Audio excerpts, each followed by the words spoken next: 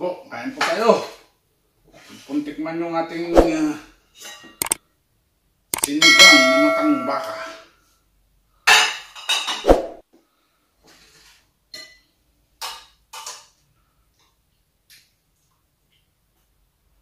Po, meron pong gulay. Meron pa pong sili. Oh, sarap po, may init-init ng sabaw.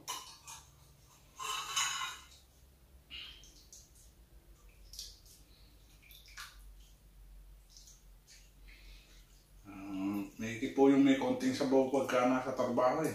Kasi yung bago nating kanin hindi na siya mainit. Eh wala naman akong initan dito na ng microwave. Kaya mas okay yung sabaw. Yung sabaw kasi meron kaming galan.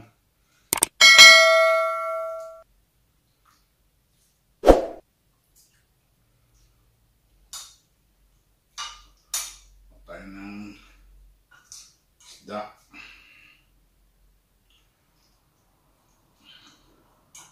Excuse me. Po, may isda. May gulay din. Gulay na lettuce. Kain po kayo.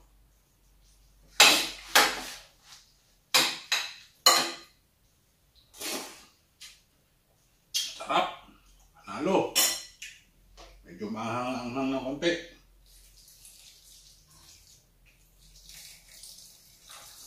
Damihan na natin ng sabaw. Taob na natin yung kaldero. Tayo lang naman ng nakain eh. Wala namang iba. Alos.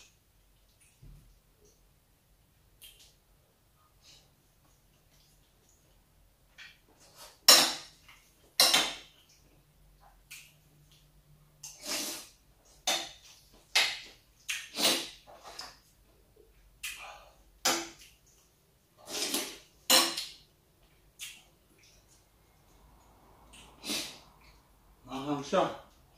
Siguro rin nailagay kong hindi ko natingnan yung nabili kong mamasita bakahat. Kasi hindi naman makanghang itong sili nito.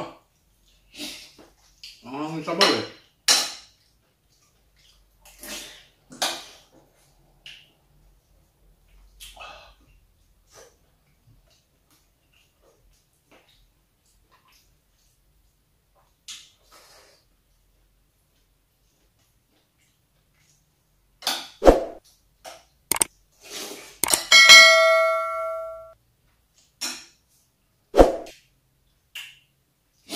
Nasa Pilipinas lang tayo.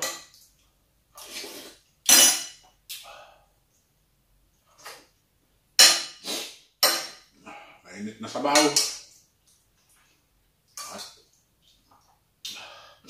Nakatulong na sipon, manghang.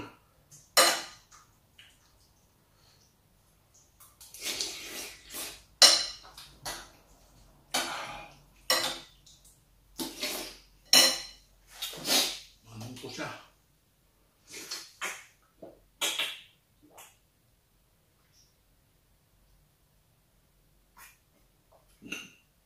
Matagal na rin po ako nagbablog ng pagkain. Siguro mga ilang taon na rin. Hindi, kita nyo, hindi pa ito nawawala sa akin. Ito pa rin lagi ang inuman ko.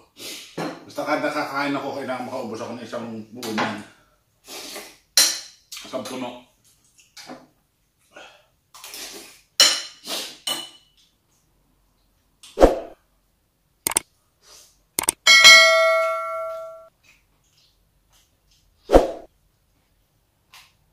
Pwede pa yun mamaya, yung natirang sabaw.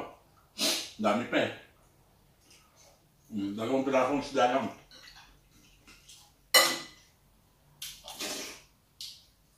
Tinabawan ko. Hindi may ulam. May sabaw pa. Kasi wala pa akong kasama rito, nasa bakasyon. Pero pag may kasama na dito, hindi na ako makaluto.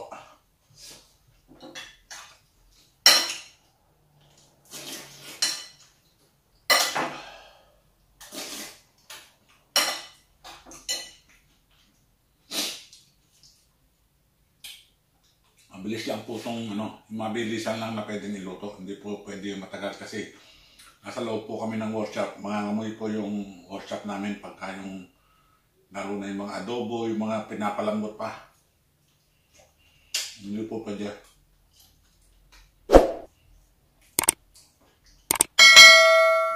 Baka may magreklamo dito, baka mangamoy yung buong workshop. Ito kasi po, hindi naman masyado maamoy yung sinigang eh.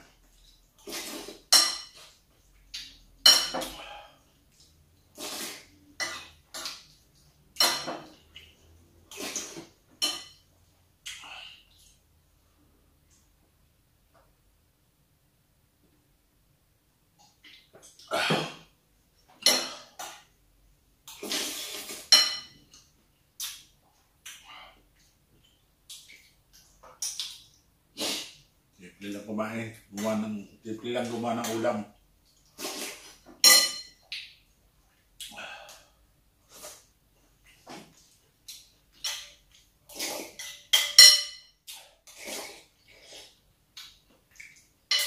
Init init sa sabaw.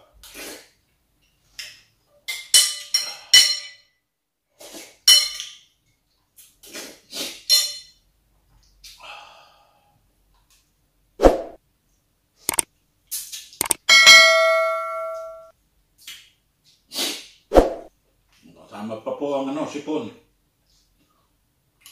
Right?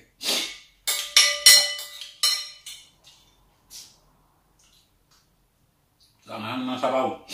Hindi maaaring dito tuloy yung sipon niya.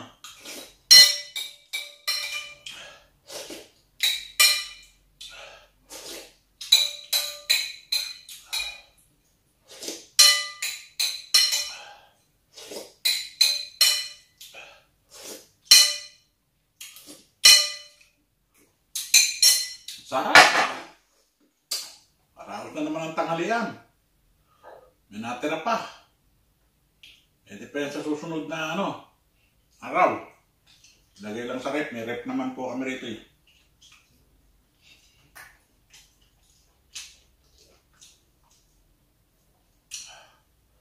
Pero mahang po yung sabaw. Siguro talaga yung nailagay ko hot na Nalagyan natin yung balak. Nakahat. At yung nailagay ko na sosawan. Na, paasim.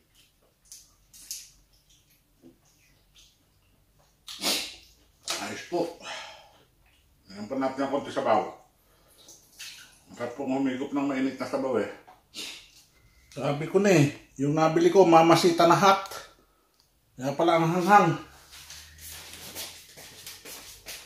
Tingnan ko yung natira. Mamasita hot pala. Kaya pala tulos ipong ko sa anghang eh.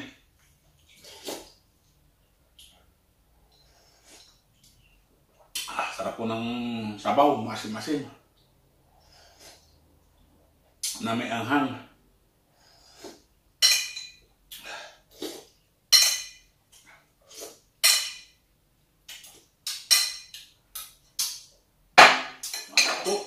Tapos na po tayong kumain.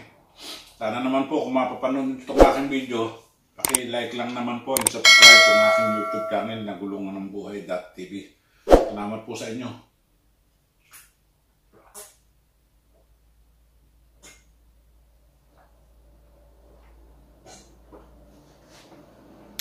Ubos na po. Siguro alaman po dito ay mga 1 litro at kalahati. O siguro po 1 liter.